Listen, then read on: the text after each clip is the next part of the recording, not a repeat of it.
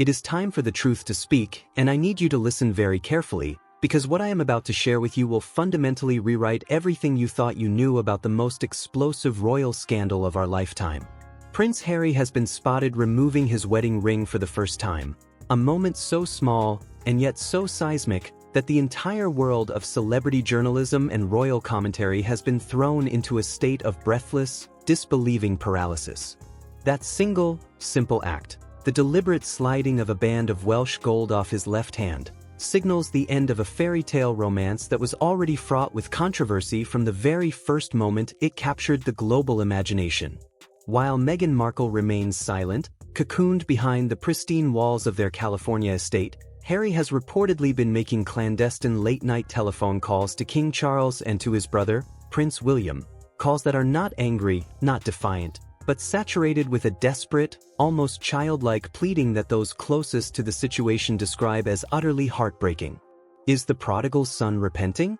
Is he begging for protection from the very royal family he publicly eviscerated just a few short years ago?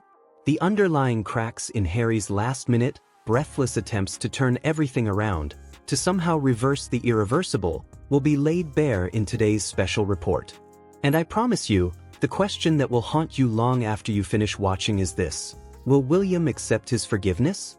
Or is the chasm between the brothers now so deep that no amount of evidence can ever bridge it? For Harry, the revelation of these documents did not just spark a domestic argument over a forgotten detail or a heated disagreement about the past. It triggered something far more catastrophic. It triggered a total systemic failure of his belief system, the complete and utter collapse of the internal architecture that had supported every single choice he has made since the year 2016. For nearly a decade, Prince Harry has operated under the unshakable conviction that he was rescuing a misunderstood, persecuted woman from the cold, unfeeling machinery of the British monarchy. He believed, with every fiber of his being, that he was the knight in shining armor, correcting the tragic mistakes of the past and shielding Meghan Markle from the exact same fate that befell his late mother, Princess Diana, in that tunnel in Paris in August 1997. He told himself every single day that he was breaking the cycle, that he was the one man in the entire Windsor lineage who would not fail his wife. But as the details of the Anglesey dossier began to filter through his private legal channels, the Duke of Sussex was forced to confront a reality far more destabilizing than any tabloid attack, any screaming front-page headline, or any vicious social media pile-on. He was forced to sit alone in the quiet of his study and ask himself a question so painful that the mere act of asking it made his hands shake. Was the victim actually him? He had sacrificed everything for her: his family, his military honors, and his very birthright. But what if he had, in fact, become the target of a brilliant, decade-long performance, a methodical, pre-planned campaign of emotional and strategic manipulation designed to elevate her into the highest echelons of global power? The first visible cracks in Harry's resolve appeared in late March 2026, and they did not arrive quietly. Staff members at the Montecito estate reported a series of wall-shaking confrontations that lacked the usual heat of passion, the familiar rhythm of a couple arguing and then reconciling. Instead, these confrontations carried the icy, clinical weight of a legal interrogation. Harry, driven by a desperate, almost primal need for the unvarnished truth, began demanding an accounting of every missing month, every sealed record, and every inexplicable gap from Meghan Markle's life in the early 2000s.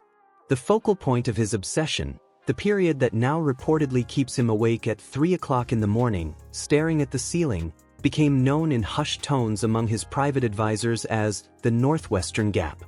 For years, a quiet but persistent rumor had circulated in the darker, more obsessive corners of royal commentary, a rumor so incendiary that most mainstream journalists refused to touch it. It concerned a short-lived, impulsive, and extremely private legal union during Meghan's time at Northwestern University in 2003, a union that was allegedly annulled and surgically removed from civil records through high-level legal maneuvering that would have required both significant financial resources and a deep understanding of jurisdictional loopholes.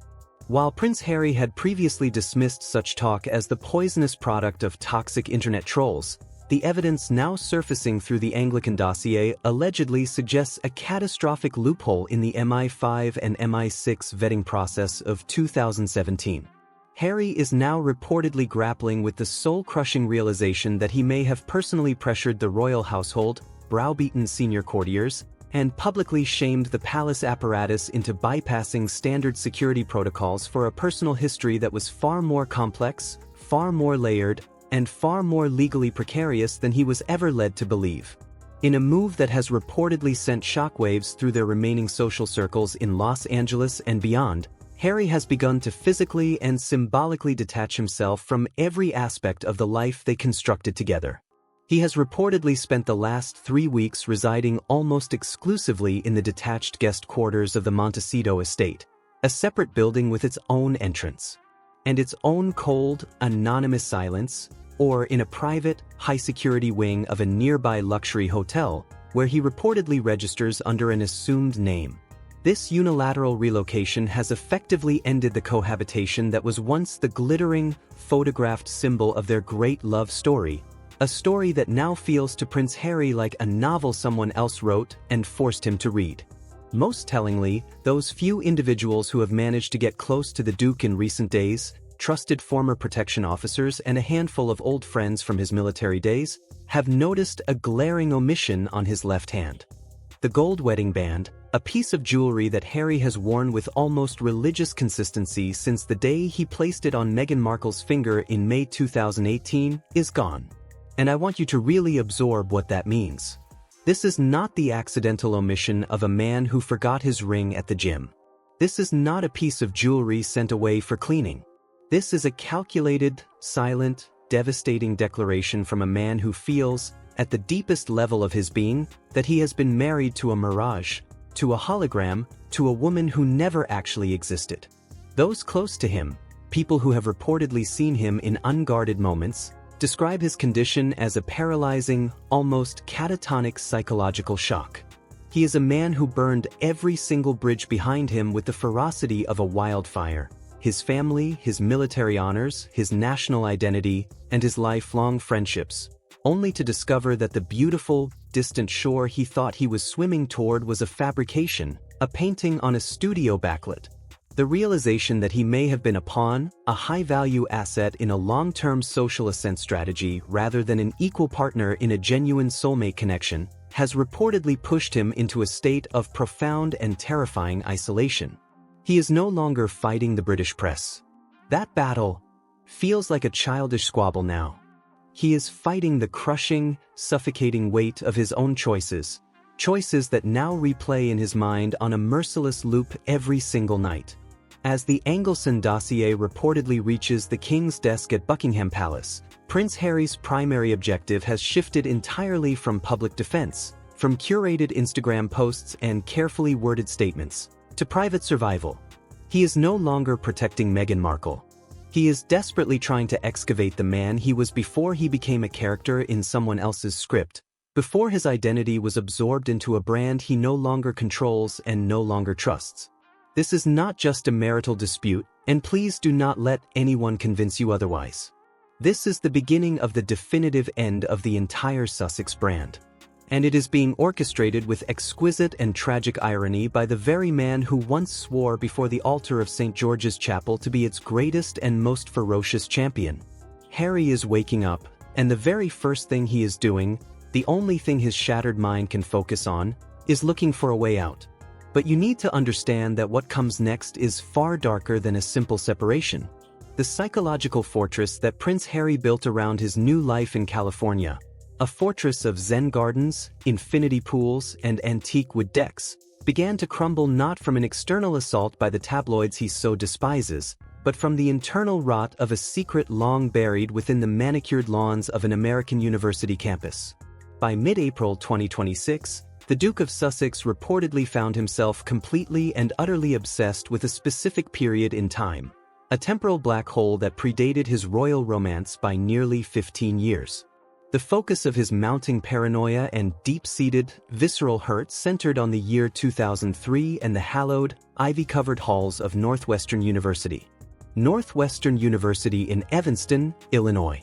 For years, Prince Harry had accepted, and publicly championed, the narrative of a self-made woman, a bootstrap success story who rose from a struggling actress doing calligraphy on the side to a global humanitarian through sheer grit, talent, and an indomitable spirit. However, the Anglesey dossier allegedly contains a chapter that Meghan Markle had meticulously scrubbed from every official record, every biographical timeline, and every carefully curated interview. That chapter reportedly details the existence of a high-speed, impulsive legal union that ended almost as quickly as it began. A union so efficiently erased that it left barely a ripple in the public domain. This was not merely a case of youthful indiscretion or a wild spring break mistake that could be laughed off decades later. For Harry, the implications were immediate, catastrophic, and constitutionally devastating. The rumors surrounding this hidden union suggest a sophisticated legal maneuver executed in a jurisdiction where records could be sealed or annulled with clinical precision, effectively creating a pristine, clean slate for a young woman with soaring ambitions and an almost preternatural understanding of how to curate her own image. When Harry reflects now on the frantic, feverish days of 2017, the memory reportedly carries a bitter, metallic aftertaste that makes him physically nauseous. At the time, he had been the ultimate and most combative advocate for his future wife. He had sat in the ornate sitting rooms of Kensington Palace and fiercely, angrily demanded that the senior courtiers and intelligence officers of MI5 and MI6 accelerate their background checks, stop dragging their feet, and stop treating the woman he loved like a potential threat. He had framed any delay, any request for deeper inquiry, any raised eyebrow over an inconsistency as institutional bias, racial prejudice, or the stuffy, outdated snobbery of a dying institution.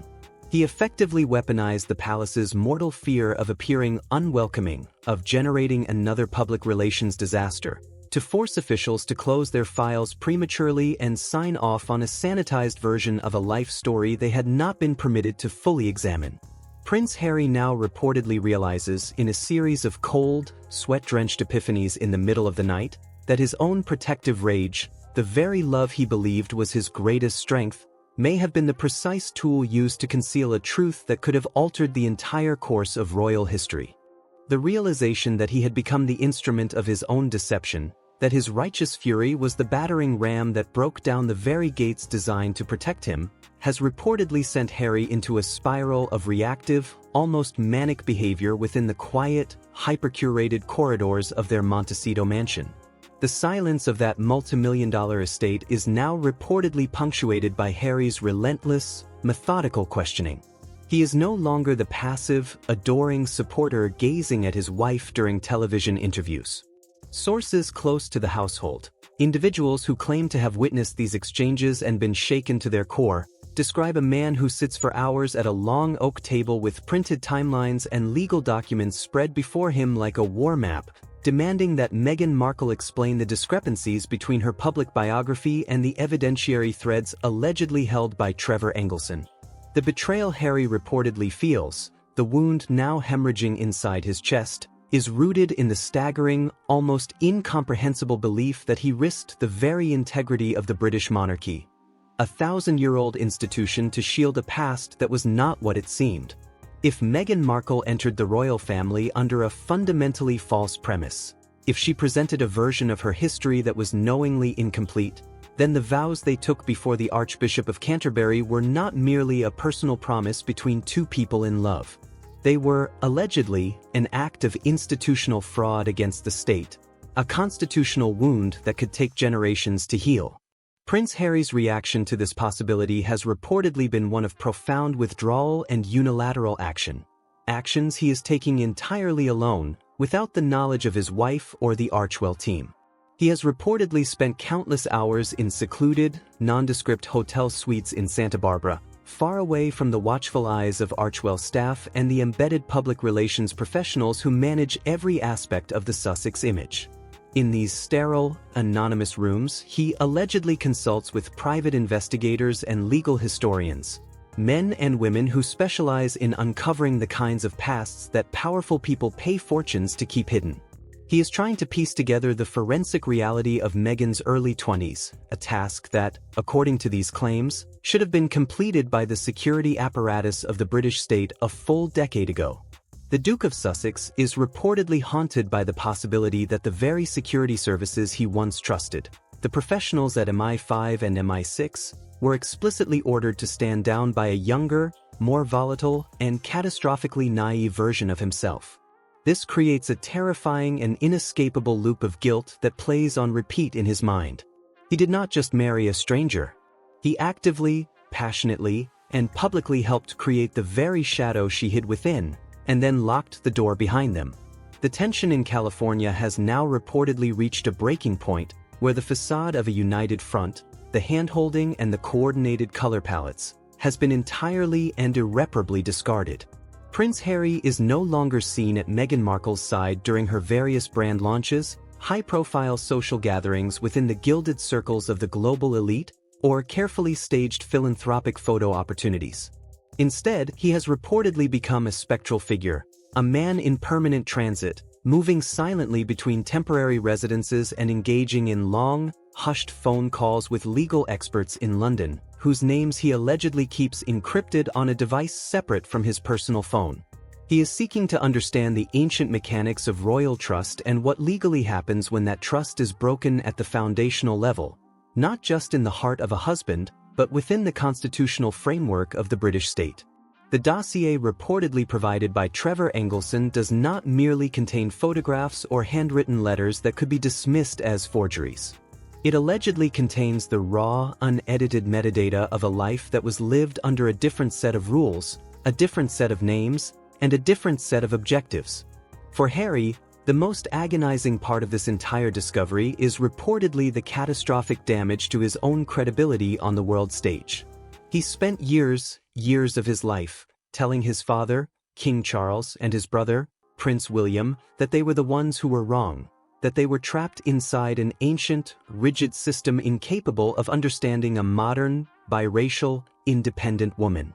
He accused them of being emotionally stunted and institutionally racist, and he did so on global television before an audience of millions. Now, as he reportedly examines the forensic evidence of a hidden past that had been surgically removed from public view, he sees with devastating clarity that their caution may not have been bigotry, snobbery, or the paranoid gatekeeping of a cold family, but rather a solemn duty to the truth, a duty he forced them to abandon under the pressure of public relations warfare. The Duke of Sussex is currently existing in a state of professional and personal exile, realizing that the freedom he fought for so savagely in his American paradise was actually a gilded prison built upon a foundation of elaborate omissions, and that the key to the cell door had been thrown away years ago. He is a man who gave up a kingdom for a fairy tale, only to discover that the author of that story had been writing an entirely different, and far darker, book all along, and that he never bothered to read the footnotes. As the final days of April 2026 unfold, Prince Harry's silence is no longer a conscious choice for privacy or a strategy of dignified retreat.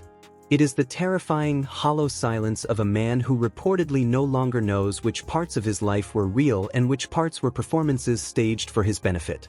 The mission to save Meghan Markle has ended not with a victory parade, but with a quiet internal collapse. The mission to save himself from the devastating consequences of his own misplaced, weaponized loyalty has only just begun. And I need you to stay with me here, because what comes next is the part most people never see coming.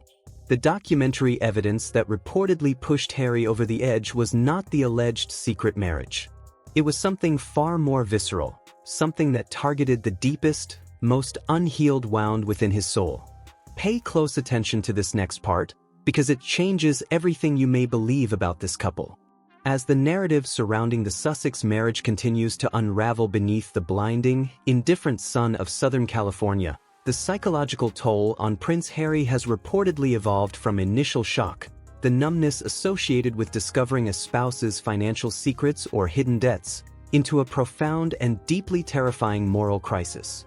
While the alleged hidden legal unions and the strategic scrubbing of university records provided the intellectual fuel for his growing doubts, the spreadsheets and timelines that kept him awake at night, it was a far more visceral and haunting allegation, buried deep within the Anglic's dossier, that reportedly shattered his emotional core beyond any hope of repair. Deep within the unredacted pages of Trevor Engelson's alleged evidence lies a series of claims so devastating, so fundamentally at odds with the public persona of the woman Prince Harry married, that they strike at the very soul of his identity as a son, as a father, and as a man. The whispers that have long circulated in the darkest, most unmoderated corners of the digital world, whispers that were always dismissed as conspiracy theories, vile harassment, or the dying gasps of racism, have now allegedly moved from the realm of baseless internet speculation into the cold, hard, forensic reality of Harry's daily life. I am speaking of whispers surrounding a child from an early, deeply hidden chapter of Meghan Markle's life, a child whose existence was allegedly never disclosed to British authorities, the royal family, or even to Harry himself. For a man whose entire psychological identity has been shaped by the primal trauma of maternal loss, the searing image of his mother's coffin, and the fierce, almost militant protection of his own children, Prince Archie and Princess Lilibet, this alleged revelation represents not merely betrayal, but what could only be described as a world-ending act of deception. Harry has spent the better part of a decade presenting himself as a global champion of generational healing. He has sat through countless interviews with his voice trembling with emotion, written a memoir filled with agonizing detail, and produced multi-part documentary series, all centered on the sacred, non-negotiable duty of a parent to break cycles of abandonment, pain, and silence. He believed he had found in Meghan a kindred spirit, a woman whose nurturing instinct was not merely a personality trait, but the very antidote to the cold, rigid, emotionally sterile distance of the royal institution that had so deeply damaged him. He saw her as the modern Californian reincarnation of his mother, Princess Diana, a woman of boundless, palpable empathy who would, without a millisecond of hesitation, sacrifice everything for the sanctity and safety of her family. However, the documentation allegedly coming to light in early May 2026 paints a chillingly different picture, a portrait that reportedly feels like a betrayal of everything they both claimed to stand for. The dossier allegedly contains evidence, not rumor, not hearsay, but documented claims, regarding a choice made in the late 1990s or early 2000s, a period when ambition was reportedly the primary driving force in Meghan Markle's life. The allegation of a child being quietly placed with others or legally distanced in a manner allegedly designed to clear an unobstructed path toward Hollywood success is presented as more than a tabloid scandal. For Prince Harry, it is reportedly a world-destroying revelation that has shattered his past, his present, and his ability to imagine any future. If these allegations were true, if the forensic evidence were to hold up, then the woman he defended against his own flesh and blood, the woman for whom he cold-shouldered his father and ghosted lifelong friends, did not merely conceal a youthful mistake or a messy relationship. According to these claims, she committed the one act that Harry, in the deepest and most protected chamber of his heart, would allegedly find absolutely and irrevocably unforgivable: the intentional, calculated abandonment of a child for the sake of social elevation and career advancement. The reaction from the Duke of Sussex has reportedly been described by household staff who claim to have witnessed the aftermath as a total and terrifying psychological withdrawal resembling the symptoms of profound grief. Harry is no longer merely angry. Anger implies a certain level of energetic engagement, a desire to fight. Harry is grieving.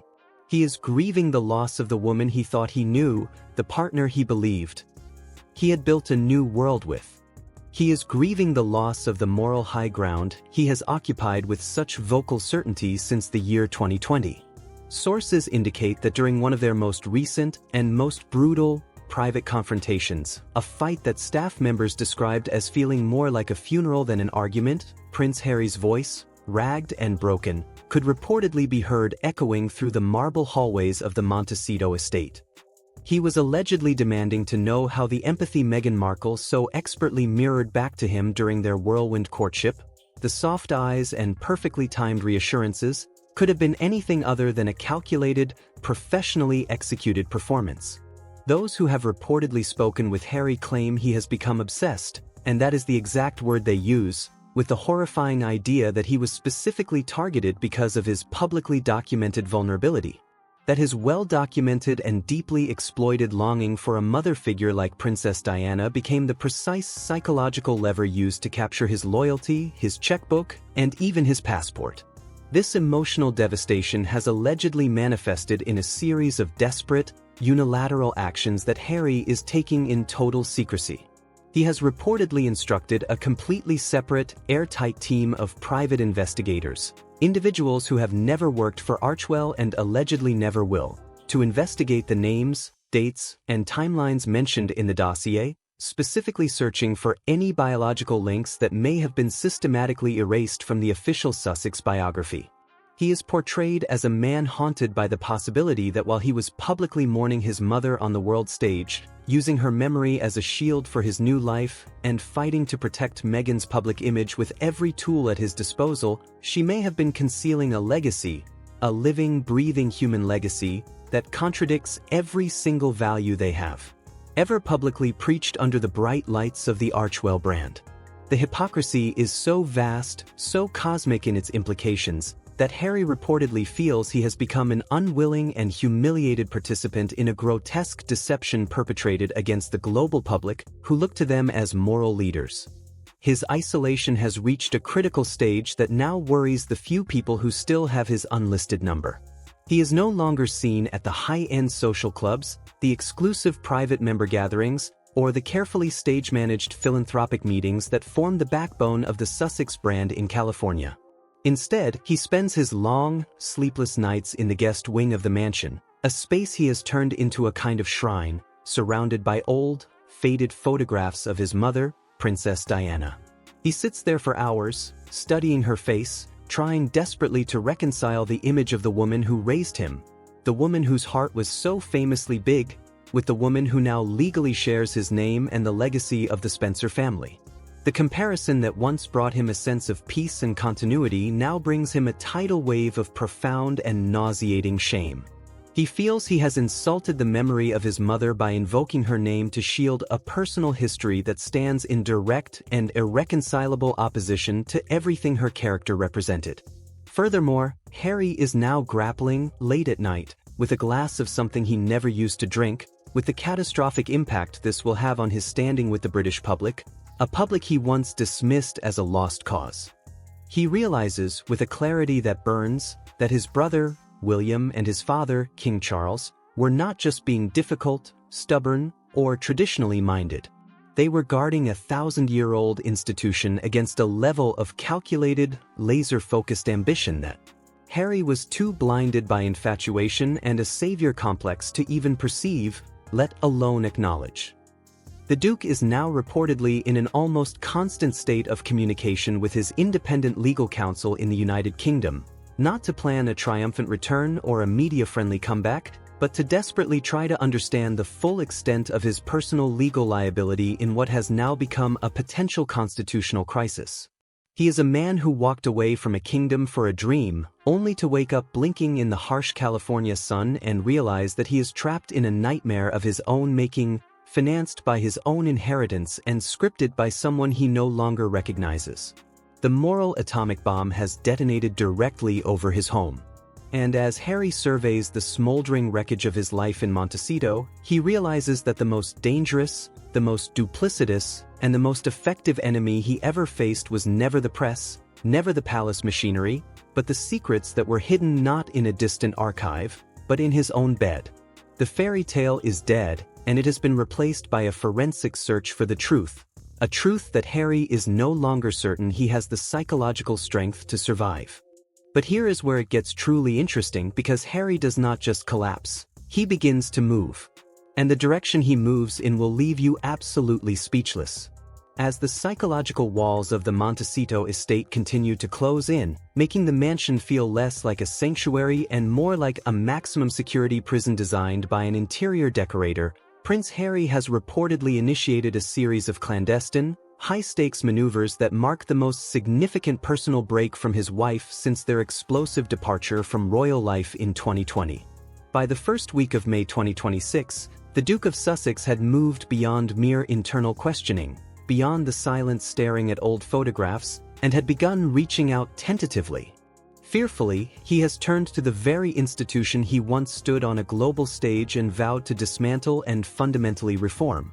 Sources deep within the diplomatic and royal circles of London, individuals who would never normally speak about such sensitive matters, suggest that Harry has established a secure, encrypted, and intensely private line of communication with high-level officials at Buckingham Palace and, even more tellingly and poignantly, with the private office of his brother, the Prince of Wales.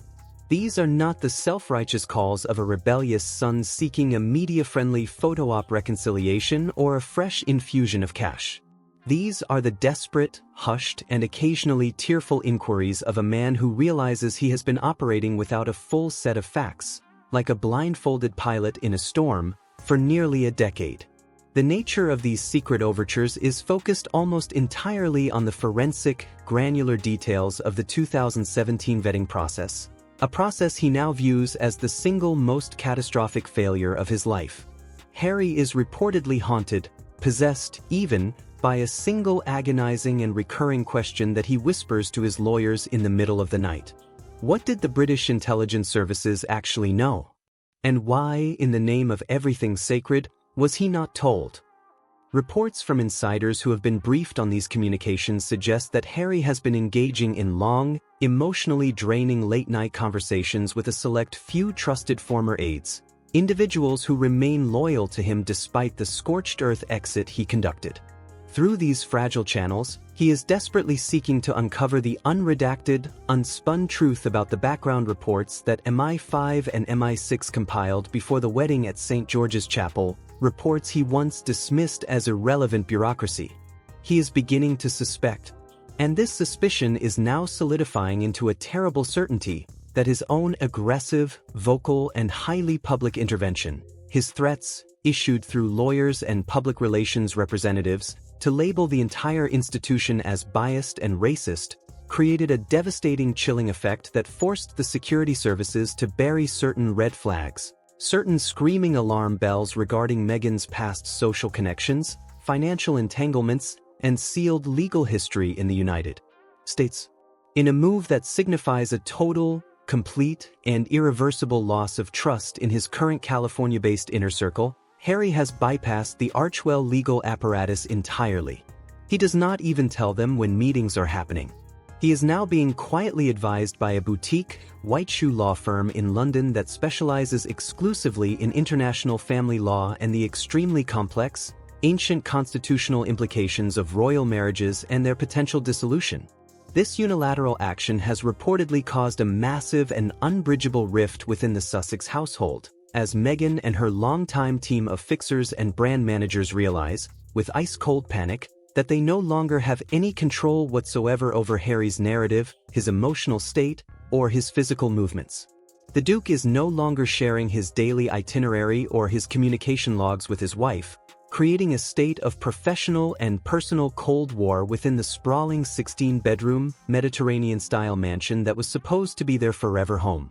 He is often observed by staff in the early gray hours of the morning, pacing the manicured grounds and gravel pathways with a secondary encrypted mobile phone pressed to his ear, speaking in hushed, urgent, and occasionally broken tones to contacts in a time zone 8 hours ahead, people who knew him when he was simply Captain Wales. Perhaps the most public, and certainly the most visually startling, sign of this profound detachment is Harry's increasing, and now total, absence from the glossy, hyper-monetized events that were meticulously designed to define the Sussex's new era of global influence and financial independence. While Meghan continues to push forward with her lifestyle brand, cooking shows, and various venture capital media deals, projecting an image of flawless independent success, Harry has become a complete nonentity in her carefully curated promotional materials.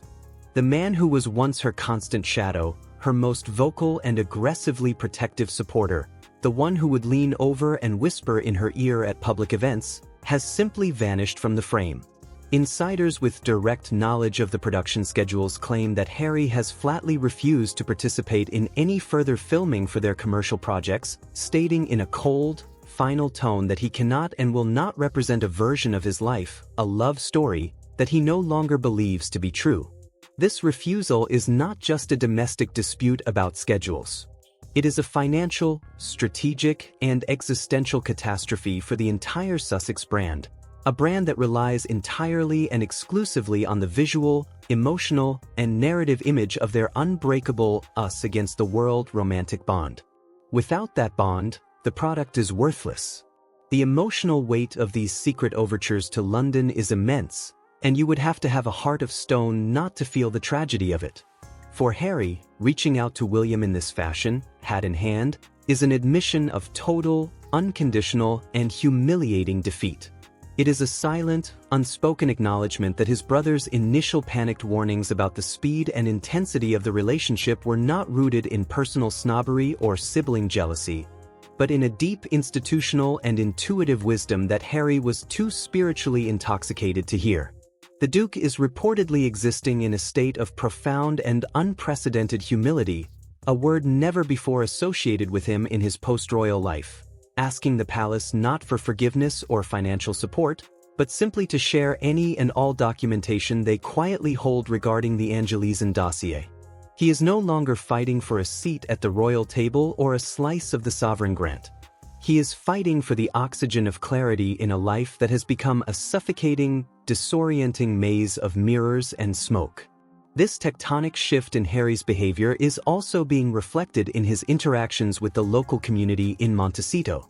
He has been spotted on several occasions dining completely alone at secluded, out-of-the-way restaurants or driving his car solo along the Pacific Coast Highway, far away from the usual paparazzi haunts and celebrity hotspots. He is a man in a state of deep, almost monastic reflection, seemingly trying to reacquaint himself with the version of Harry that existed before the world became a curated, monetized Instagram feed, the Harry who flew Apache helicopters and played rugby in the mud.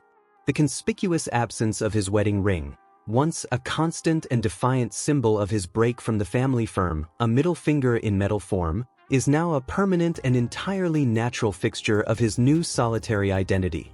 As the king prepares to receive the full, undiluted weight of the forensic evidence being presented by Trevor Angelic's legal team, Harry is positioning himself not as a co-defendant standing shoulder to shoulder with his wife, but as a primary victim of the same elaborate, systemic omissions that were perpetrated against the British state. He is preparing emotionally and legally for the very real possibility that the entire foundation of his marriage, the event that defined his adult life, was built on a series of calculated, premeditated deceptions. And he is looking to the crown, the very thing he once rejected with such performative disdain, as the only institution on the planet that has the archival power and constitutional authority to provide him with the unvarnished, forensic, cold hard truth. This is the beginning of a tactical retreat unlike anything the modern monarchy has ever witnessed.